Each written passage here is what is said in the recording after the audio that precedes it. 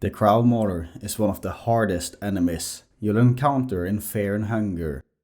Once you first enter either the mines or the thicket, the Crow Mauler will start stalking you. You'll always have this feeling of uneasiness, knowing that the Crow Mauler might suddenly appear out of nowhere, with a horrid sound effect, with the accompanying text saying, "A terrifying presence has entered the room." Stumbling upon him early in a playthrough is usually a death sentence. Not only does he have an insta-kill attack, which easily can wipe out you and all your party members, but he can also break your bones and even blind you. And if you're lucky enough to have the Crow Mauler blind your main character, you'll first of all have your accuracy dropped by 75%, and you'll literally become completely blind once out of combat. And while we reminisce in the darkness back to the time we were able to use our eyes, I'll tell you a little more about the horrifying character that just blinded us. Let's see who this Crow Mauler really is. Before we delve into the Crow Mauler's past, I believe we should take a closer look at his appearance. The Crow Mauler's appearance is that of a man with a loincloth, a spiked piece of wood lodged into his arm, and the head of a crow. It is quite clear he's some sort of monster from the dungeon, but comparatively to most other creatures we find, he seems a lot more human-like, with the only exception being his head. But even if he does look more human-like than other enemies, his behavior does not reflect this humanity at all. He'll chase you down and hunt you, with the only sound coming from him being the sound of crows. Trying to talk to him is useless, as he never reacts to anything you have to say to him. Okay, so the Crow Mauler won't even talk to us. There's no way of gathering information from this character. Even killing him doesn't give us a lot more information. The only thing it gives us is the crow emblem, which gives us access to the weapon miasma. But even though we might not get much information directly from the Crow Mauler, we might be able to get some information from the double-headed crow. This is the same guy, by the way, which is confirmed by the fact that if you cut off any limbs of the first Crow Mauler, the double-headed one will be missing the same amount of limbs. Talking to the double-headed Crow Mauler will still not give you any information at all. But defeating the double-headed Crow Mauler will make him drop an important item, that being the third entry to the captain's diary. If you've been exploring and looting a lot, you might also have both the first and the second diaries of the captain. Finally, after all these years, I have them all. The diary the Crow Mauler just dropped might give us some insight into exactly who the Crow Mauler was in the past. And you should also do me a favor and drop a like and sub on this video. I'm sorry. To give you the full context to the diary we just got from the Crow Mauler, I'll quickly go over the two first diaries. Captain's Diary 1. Trotter once again went too far with his wicked methods. The prisoner was but a child, but already he had to go through so much torture that he shit himself more than he bled. I must say, I'm afraid of Trotter to a certain degree. Sometimes I think I would do this world justice if I just offed him with my blade. Very few know, but Trotter used to be a famed holy knight of Rondon back in the day. He was able to achieve great fame at a very young age, but during our holy campaign against Eastern territories, he was captured. Everyone presumed him as dead. He died as a war hero. He should have died as a war hero. But 5 years later, when we occupied the eastern capital Jetaya, we also found what was left of Trotter. He was but a shadow of his former self, a disfigured, hunchback man with barely any resemblance to the great hero so many adored. I'm sure during those 5 years, he went through every method of torture he now puts to use himself. Just to honor the memory of Trotter the White, I let this monster live today. Although, I see great contradiction in my words here. The first diary mostly gives us information about the character of Trotter, which is another guy we can meet in the dungeons. It's interesting to see that this abhorrent monster is known as a war hero to Rondon. What we can also gather from this diary is that the author seems to be not only sane, but has a moral backbone to a certain degree at least. The author might be responsible for letting Trotter live, but he does reflect on his actions and tells us that saving Trotter might have been a mistake. Captain's Diary 2. It was a mistake to take this position in these dungeons. It's next to impossible to keep any kind of order among troops here. There are powers at play here that we as mere mortals cannot fight against, I've come to accept the madness. A naked prisoner crucified on a sacrificial statue with his guts hanging out. Just another day in the dungeons. More and more troops are committing suicide every day. More food for those left. Orders to let some cultists do their wicked rituals here. Anything goes. All the gore and macabre scenery has become trivial to me. The high priest demanded that we give them our prized prisoner, Legard of the Midnight Sun. I hesitated at first. After all, his worth in propaganda alone cannot be underestimated. But those priests somehow convinced higher-ups of their ways. Legard was transferred to the lower levels, below the mines. I have no idea what the purpose behind this is. Nothing good can come out of it, but orders are orders. I feel bad for the poor man. It's obvious the Kingdom of Rondon backstabbed him, just because he was gaining influence at such a rapid rate. And now his story ends here, defiled in some unholy practices. It appears the author, also known as the captain of these dungeons, started losing control over the dungeons. People were going mad due to some unforeseen powers lingering in the dungeons. But even throughout all the chaos, it seems as though the captain was sane enough to still be able to express himself in his diaries. He also seemed to still have a sense of morality, since he does actually feel bad about having to transfer Legard down to the bottom of the dungeon. It's a miracle that whoever is writing these diaries are able to keep their sanity to this extent. Let's see how much it changes in Diary 3. I've had feverish dreams for the longest time now. In the dreams, the patterns on the walls, the calls of the crows, the swirling clouds, they haunt even my waking hours. I haven't had a moment of tranquility in months.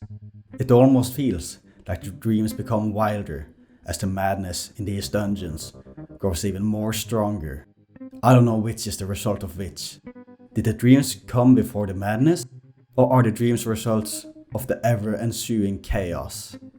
Everything I see seems to remind me of the dream's otherworldly patterns. I swear the intestines of a gutted prisoner from yesterday took the very same shape. But when I try to describe its organic, ever-shaping pattern to scholars, or draw it down on this very paper, I fail to do so. Like a bonfire, with flames reaching out to a night sky, so is its shape without a concrete form. These shapes are dangerous, without a doubt. Effects like these are far too much for mere humans to comprehend. I'm the epitome of their obsession, so I know it better than any. Maybe I'm the only sane one left to acknowledge this? Is it my responsibility to clean everything up once again? The crows, they give their testament to my suspicions. I will start the purge. I will root out the madness. Only I can do it. Towards the end of the author's diary, it is clear that he lost his sanity, and finally became the Crow Mauler. As the dark presence in the dungeons became stronger, so did the dreams of the author. The dark presence in these dungeons are of course caused by the god of the depths. The old god lingering in the dungeons, shifting and forming the dungeons while also corrupting everything inside. The otherworldly patterns that the author sees in his dream might be the true form of the god of the depths. As explained by Grogoroth himself, the old god's true form is something that would crumble the minds of anyone who dared have a glimpse of it. The author still seems sane enough to know just how mad everything down in the dungeon is, but his final decision might have been what finally carved his path towards becoming the Crow Mauler. He would start the purge and root out the madness. Unfortunately, the dungeons were still quite crazy when I visited them myself, so it seems he has failed so far. There is also a fourth diary. This one is unused and is pretty similar to the third diary, but it does give some more information about the dungeons. The tree haunts my waking hours. It haunts my feverish dreams. The tree is dangerous without a doubt. Effects like this is far too much for mere humans to comprehend. That is why I isolated the tree to the inner courtyard with no doorways leading to its embrace. I had walls built around it. Still, through the walls, I can hear a slur. It won't let me go. It's interesting to see that the reason the thicket is outside in the inner courtyard is because the Crow Mauler himself isolated it there. The thicket is a creation from the god of the depths, and the Crow Mauler might have wanted to try to stop the influence on the dungeons by shutting the thicket out in the courtyard. This might not be canon though, as it is unused content of the game, but it might still be plausible. While reading these diaries, there's one bit of information now left out, and that is the name of the author. The author is Captain Rudimer. And you might ask, who is Captain Rudimer? And what connections does he have with the others in the dungeon? Well, Captain Rudimer was the captain of the dungeon and was associated with the Kingdom of Rondon. Once the dungeons started to go mad, he was tasked to stop whatever was causing the madness in the dungeons. Before doing so, he stocked up on supplies and whatever else could be useful to stop the madness. And then he delved deep into the dungeons with a group of people that were going to help him on his journey. During the expedition, he met upon a group of blue guys. Rudimer realized his supplies were almost out, so he had to do whatever he could to get his hands on some more supplies. One of the blue guys were willing to trade some of their stuff for an artifact that was in possession of Rudimer. The artifact was the infamous Cube of the Depths.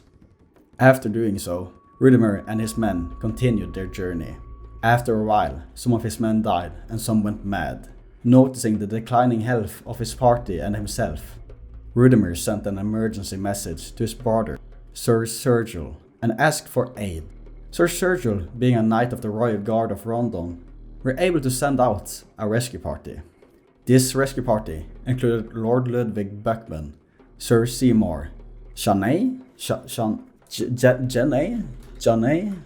how to pronounce Jeanne? Yeah, Jeanne, I guess. And Sir Seril himself. Once the player arrives in the dungeon, you'll actually be able to meet up with the rescue party and either help them or betray them. The unfortunate outcome of Sir Seril and Captain Rudimer is quite sad either way.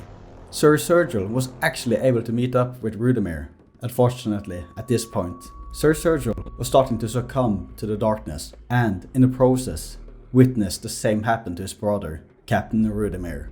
The fact that Captain Rudimer's brother was the first to go completely mad might have been the breaking point for Captain Rudimer himself, which finally made him into the Crow Mauler. If you follow the questline with Buckman correctly, you will be able to save Sir Seril and the rest of the rescue party. But Captain Rudimer will unfortunately never be able to be saved. The closest thing to salvation for Rudimer would just be to put him out of his misery. The tale of Captain Rudimer is a sad one, like most of the characters in Fear and Hunger. He might have genuinely been one of the most moral characters that set foot in these dungeons, in my opinion at least, just by the clear sympathy he shares in his diaries. And to realize this once noble man succumbed to the darkness and lost all traces of humanity is a really sad tale. But what can a mere man do against the influence of an old god? And by the way, killing the Crow Mauler is apparently not canon. In Fear and Hunger 2 Termina, in Osa's intro, you can actually encounter the Crow Mauler in the text-based dungeon crawler, which means that the Crow Mauler is still lurking down in the dungeons, trying his best to cleanse out the madness, not realizing he himself is a part of the madness. The last lingering effects of the God of the Depths might be the one thing that is keeping the Crow Mauler alive. Well, that's it folks, thanks for watching, and if you like content like this, make sure to tell me down in the comments. Even though I might not respond to everything, I make sure to read every comment in my videos. So, I hope you have a nice day, and peace!